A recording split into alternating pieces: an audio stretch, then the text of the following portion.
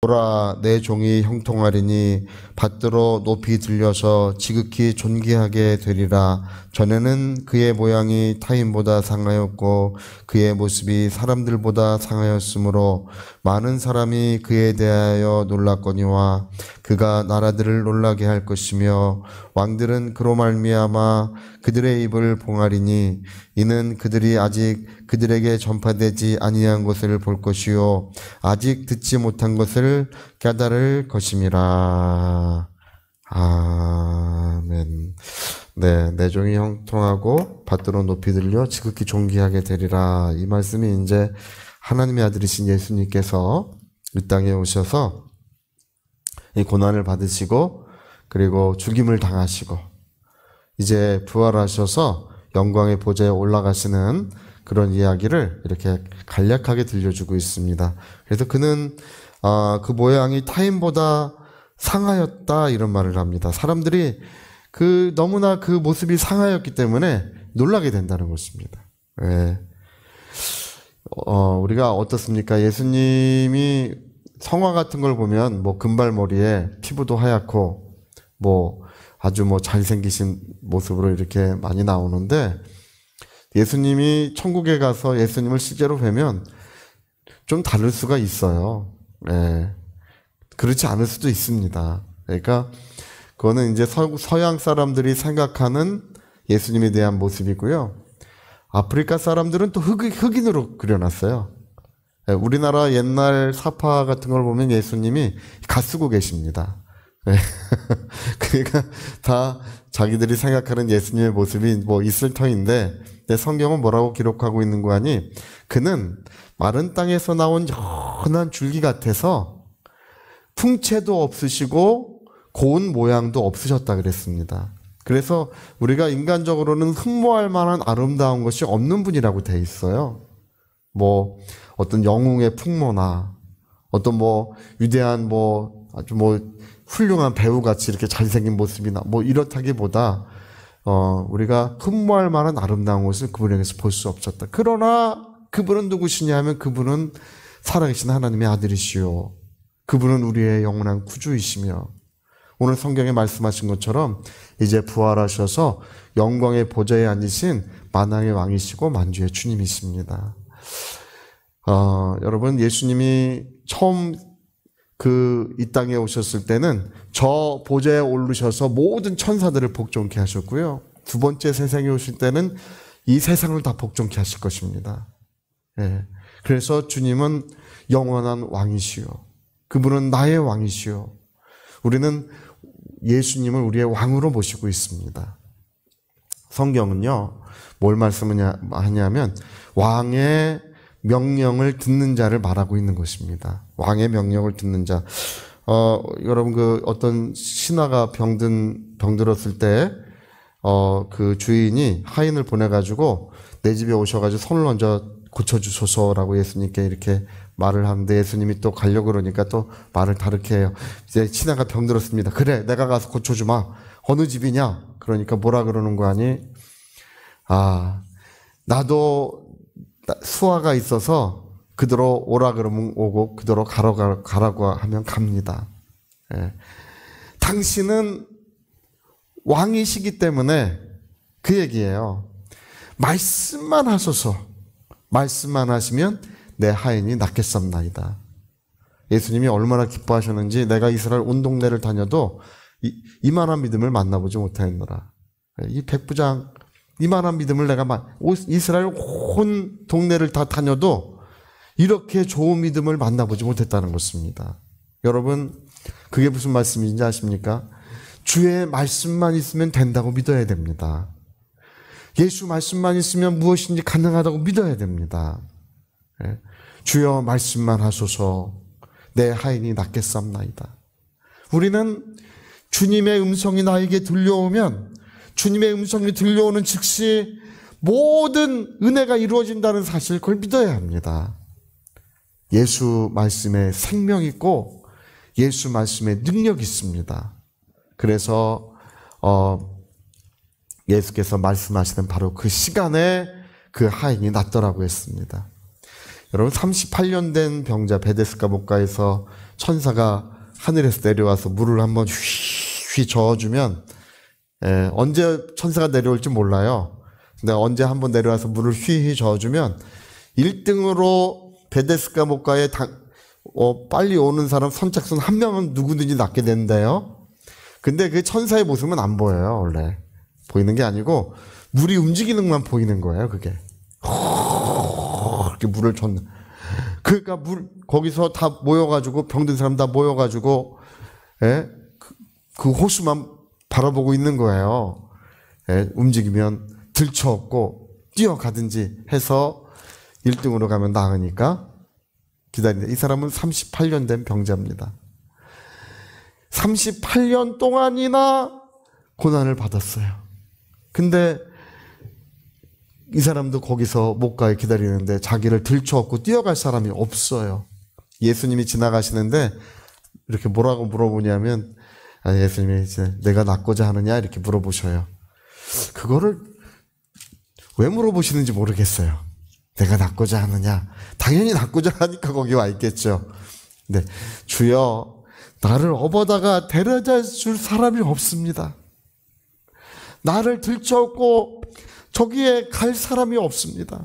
당신이 나를 좀 업어주시겠습니까? 이런 얘기예요.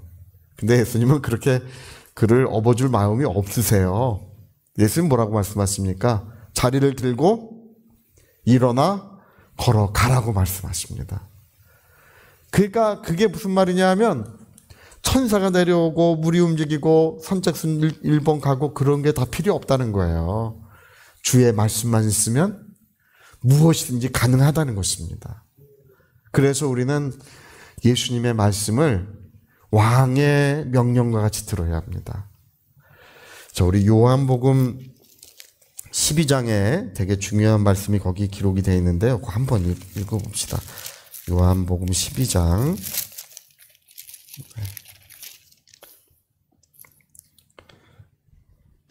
48절 먼저 한번 읽어봅시다.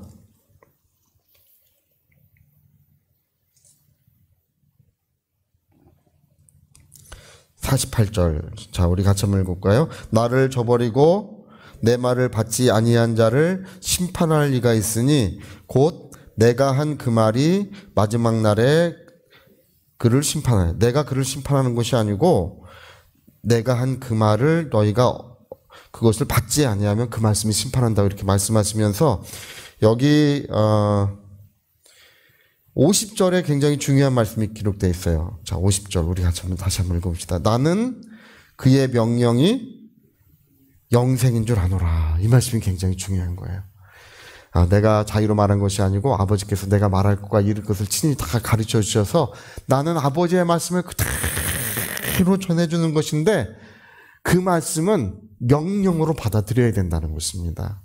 그의 하나님의 명령으로 왕의 명령으로 받아들이면 그 말씀이 바로 영원한 생명인 줄 아노라. 이렇게 말씀했어요. 그 말씀이 생명이 된다는 것입니다. 일어나 걸어가라.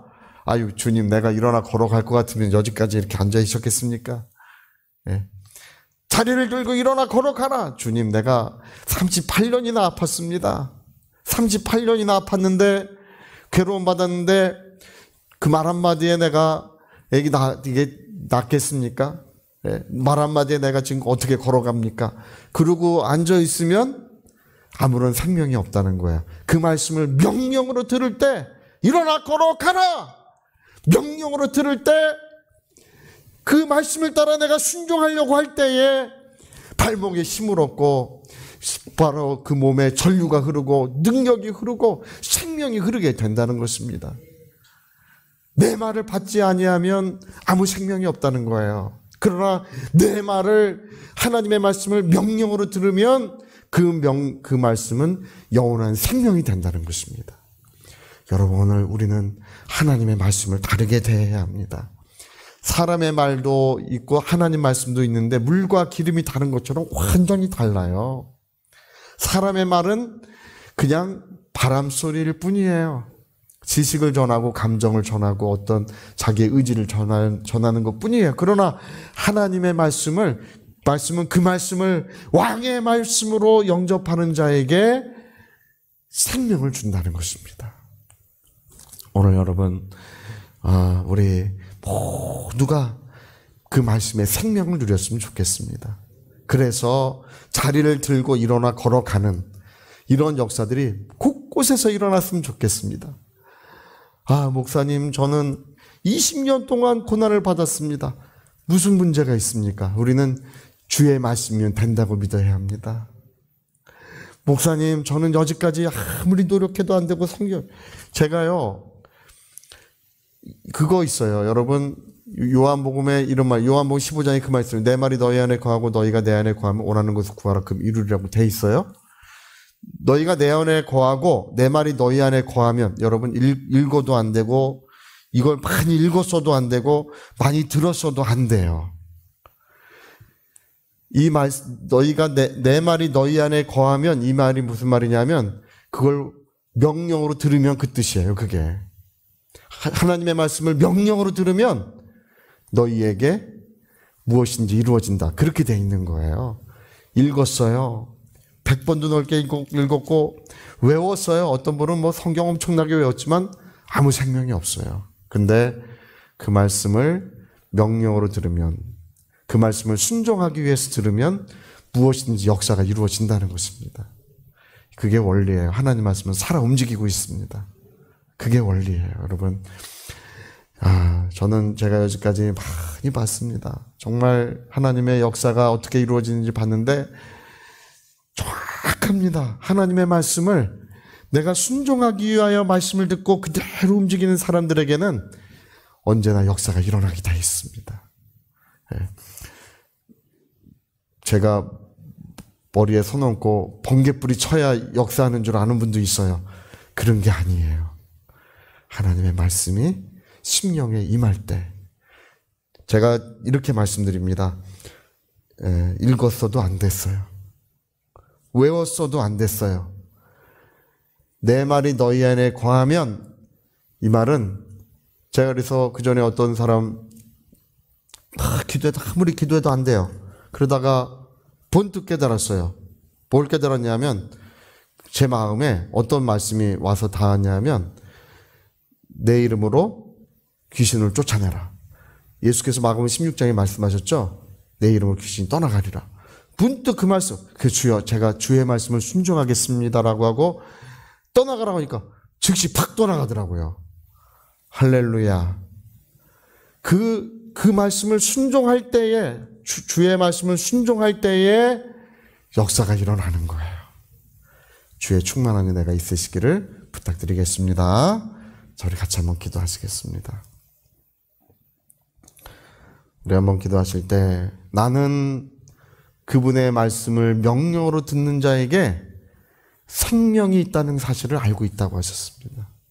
요한복음에서 굉장히 중요하게 말씀하고 있는 것입니다. 그냥 듣기만 하는 것, 우리가 뭐 배우기만 하는 것, 이것을 말하는 것이 아니라 주의 말씀을 들었으면 내가 그 말씀 그대로 순종하려고 할 때에 생명이 이루어집니다. 우리 위하여 통성으로 기도하시겠습니다.